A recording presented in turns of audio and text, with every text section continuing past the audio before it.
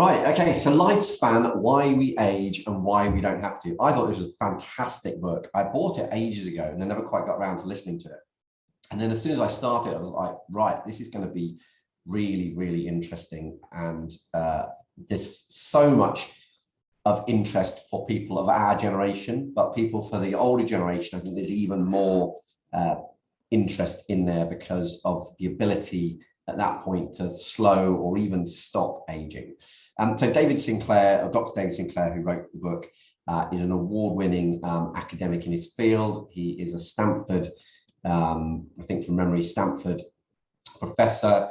But he specializes in aging. He's an Aussie actually, and it's so he's classed as one of the leading experts on aging, and so really the book talks about why we age and then also why we don't have to. And I suppose there's really 6 key principles to the book. First one it being that aging is actually a disease, and we kind of mentally as a society got to move away from treating age-related diseases and focus more on the root cause, which is the aging itself. So we've got to reclassify aging as a disease, which it has just recently been done actually, because this is a completely, then this will mean that they take a completely different approach to the research. Second key principle of the book is the information theory of aging. So the reason that we age is, he likens it to the difference between analog and digital. And it's almost like our operating system is working on an analog basis, and it basically just loses the odd digit. And by losing the odd digit, cells are made slightly less accurately than they once were. The third principle is the longevity genes. And so research is increasingly focused on understanding the role of some specific longevity factors, which I'll come on to. So that there's quite a lot of research and recent developments in that. The fourth concept of this book is about activating the survival network. So research shows that some day-to-day practices that he talks about in the book, doesn't recommend any of them, but then at the end of the book, which I'll come on to later on, he says what he does. They can actually activate your longevity genes and potentially significantly extend your lifespan. Fifth principle is that the chemical and technical routes to a longer life. So several existing drugs and future technologies offer the potential to extend our lifespan and reduce age-related diseases, which is really exciting. And then finally, it's about the implications for the future, which is actually maybe more scary than exciting. Longer living global population poses a huge amount of issues in terms of economic, political, and environmental. So that's also covered in the book, but not really answered. That bit, it doesn't really kind of come up with any solutions. So that first concept, that aging is a disease, is really important in the sense that he believes that we're wasting time on what he calls whack-a-mole medicine, which is literally, right, somebody's ill with cancer, somebody's ill with stroke, whereas to actually quote him, he says, "There is nothing more dangerous to us than age, yet we have conceded its power over us. We have turned our fight for better health in other directions." And I thought it's really interesting, and that's why he believes it's so important that aging is classed as a disease, and that way it can be treated like a disease and researched like a disease, as opposed to dealing with the diseases it tends to trigger, like Alzheimer's, cancer, heart attacks, etc. So stopping the progression of one disease doesn't make it less likely that a person will die of another. While lifespans have increased because of this approach, increases in health span haven't actually kept pace with that. And that's why we end up with people in care homes for long periods of time. Failure to define aging as a disease is also stunting research funding to understand the biology of aging. And so that's one of the reasons why he believes so passionately that needs to change. And countries that move to this definition first will have a first mover advantage. So that is quite an interesting concept. I didn't see aging being classed as a disease as being a big deal, but actually when you think about it, so much more research will happen around aging when it is. Second piece of the book is about this information theory of aging. So traditional aging theories pointed to our body's natural selection and DNA mutation as universal causes of aging. But these theories have been largely disregarded as universal causes because free radical damage doesn't actually lead to aging, and clones have proven that DNA damage doesn't cause it. You know, if you created a clone of like a sheep that's already 2 years old, it should age in the same way as a 2-year-old sheep, but it doesn't necessarily. The scientific perspective has instead coalesced around 8 or 9 hallmarks of aging as opposed to a universal cause. These include lots of things like telomere shortening, genomic instability, and several others. It is quite a technical book in places. But if you address one of these hallmarks of aging, you can slow aging, address them all, and potentially you can stop it. So despite the focus on these hallmarks of aging, Sinclair believes there is a single cause of aging, which is a loss of information. Unlike past theories which focused on loss of robust digital information in the form of DNA, Sinclair believes aging is caused by the loss of analog information, like I sort of alluded to earlier on. This analog information resides in what is known as the epigenome. Because it's analog, it's prone to epigenetic noise. In other words, changes in our genes and enzymes can provoke the hallmarks of aging. And it's our genetic primordial survival kit evolved over millions of years, which helps to generate cells, fight disease, and protect our immune system. But loss of information of this information in this survival kit, as Sinclair calls it, is also the cause of our aging. So the third principle is then these longevity genes. So much of the recent research has been focused on several longevity factors which may hold the key to understanding and stemming the loss of analog information. So these could be summarized as sirtuins, NAD, and target of, what's it called? Rapamycin, which is also known as TOR. So sirtuins, these are a family of proteins that regulate cellular health. The 7 sirtuins in the cell play a variety of roles and have been linked to the aging process, inflammation, energy efficiency, and DNA repair. They play a key role in helping cells balance, but they can only function in the presence of NAD.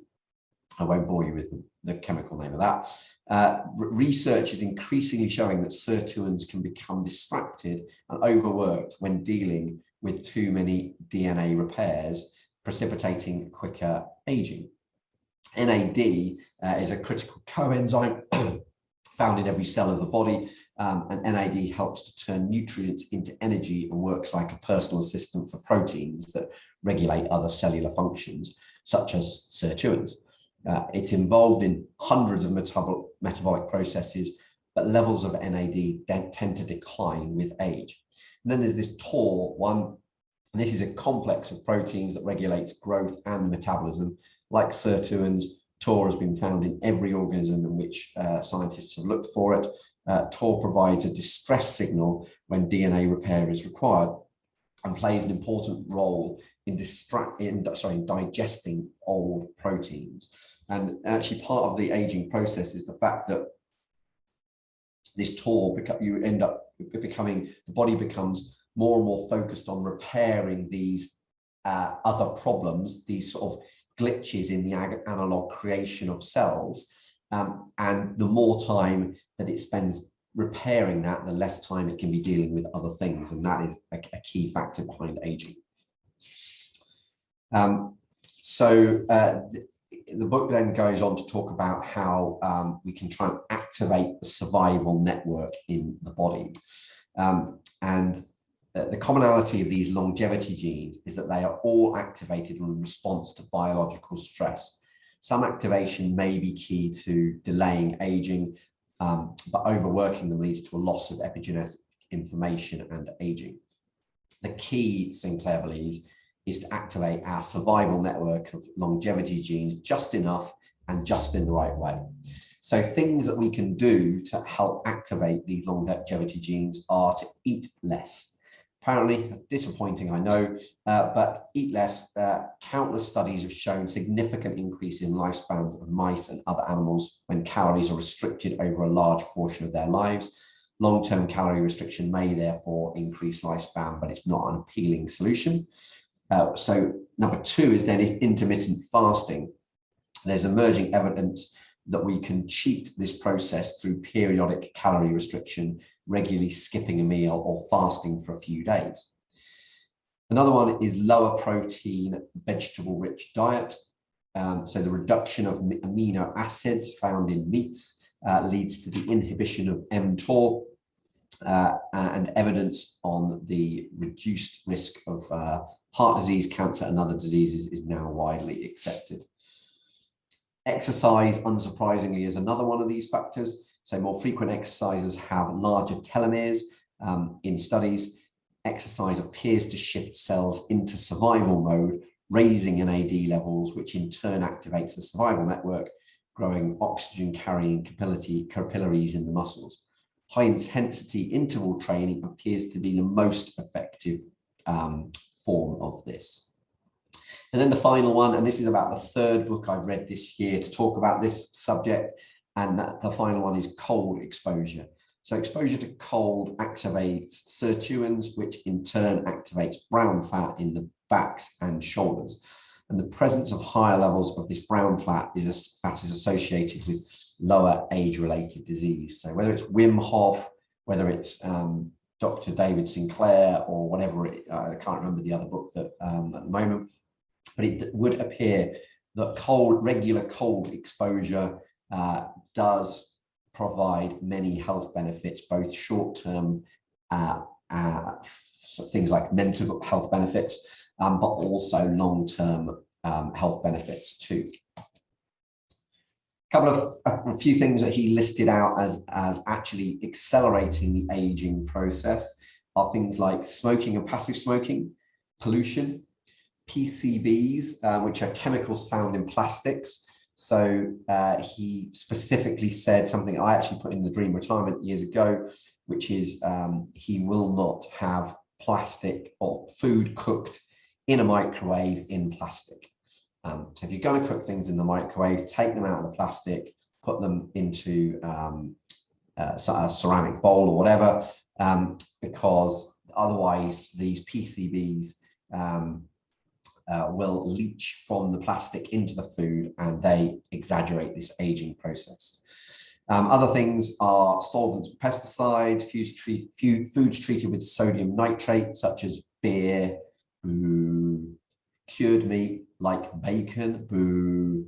But yeah, so just be warned. And also radiation from X-rays, gamma rays, and UV light.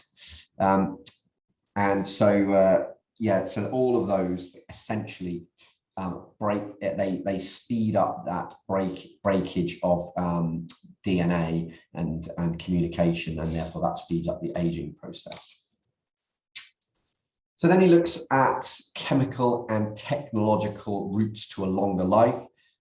Sinclair turns his attention to some of the research on chemical compounds and technical solutions that may have the potential to extend life.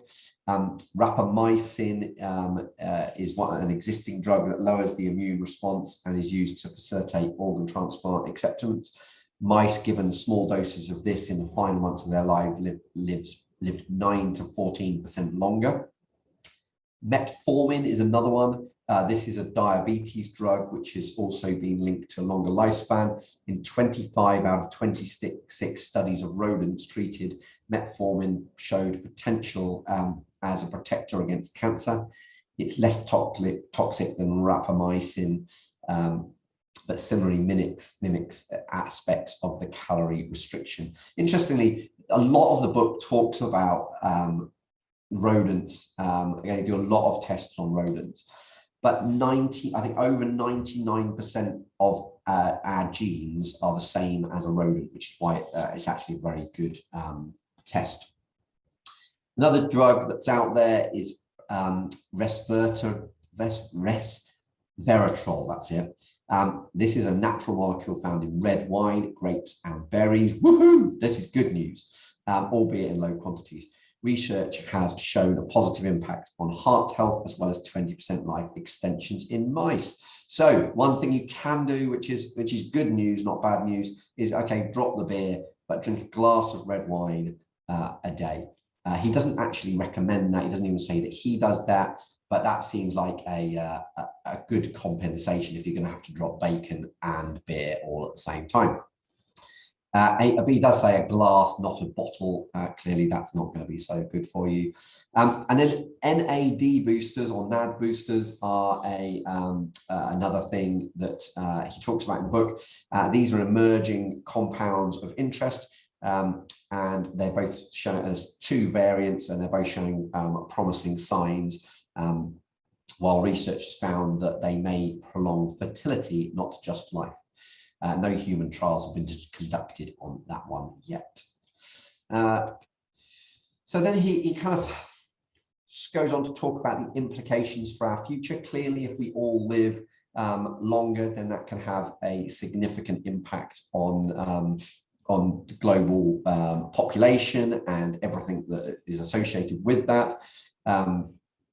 He does say that it is absolutely feasible for people that are alive today to reach to a ripe old age of 150. So Dan Sullivan's 154 target doesn't seem quite so crazy, and my 112 has been upgraded to 124 now, I think. So I think there is, but there is clearly issues with that. There's going to be more crowding, more environmental degradation, more consumption, more waste. Politicians could potentially serve for 50 or even 100 years with outdated views. There's social security, healthcare, the work environment, so many factors, which he doesn't really go into other than just to kind of bring awareness to them. But he does argue the fact that we'd get an enormous peace dividend, as he described it, from ending the war on age-related diseases, and that by doing this, by attacking aging, you would save trillions on healthcare. There was actually a study within the book that says that people that age longer also die quicker. So if you live longer, you tend not to have those last 5-10 years in very poor health. The people that live longest tend to actually have very good health all the way through to the end and then die pretty quickly. So actually longevity is a way of taking away a lot of the healthcare requirements. So the final piece of the book, which is probably the bit that everybody that starts the book is then itching to get towards at the end, is what does he recommend or what does he do? And he specifically says, I don't recommend anything. I don't promote any products. I'll just tell you what I do. And so every morning, and I think from memory, he's in his 60s, but he has applied this approach to his father, who's in his 80s, I think from memory. And his father has gone from being quite an aged sort of 70-ish-year-old to actually being far more active in his 80s and doing a huge amount more. So what do they do? Well, every morning he takes 1,000 milligrams of resveratrol, 1,000 milligrams of metformin, 1,000 milligrams of NMN. So I have to say that, I'll say that again because I've got a blocked nose. NMN, that's another 1,000 milligrams of that. He takes vitamin D and vitamin K too. And he also takes 83 milligrams of aspirin. Although I did see in the news in the last few days that taking aspirin regularly is perhaps less beneficial than people had originally thought. So that's what he does. He also aims to keep sugar, bread, and pasta intake as low as possible. He gave up desserts, although he does admit to stealing the odd bite of other people's desserts. He tends to skip one meal a day or make it a very small meal. Every few months, he has his blood checked for biomarkers. He takes a lot of steps each day and walks up the stairs as opposed to getting the lift. He goes to the gym most weekends. He uses a sauna whilst at the gym and also the ice cold plunge pool at the gym to get cold treatment. He didn't specifically mention cold showers, but certainly Wim Hof would say that getting cold regularly through cold showers would be a good approach. He eats lots of plants and a little meat. He avoids microwave plastics, and he stays on the cool side during the day and the night, in the sense that he's always sort of trying to keep slightly cold. So with all of his knowledge, wisdom, massive amounts of research, he has a whole team underneath him doing research on nothing but aging. That is the approach that he takes, and the approach that he has asked his father to take, and it's working, it's paying dividends for both of them, according to the book. So anyway, I hope that is useful. That is a very quick guide to lifespan, why we age and why we don't have to. It is a really good book, really interesting, does get a bit sciencey in places, but actually most of it is really very easily digested. So here endeth the lesson of the Learning Lunch.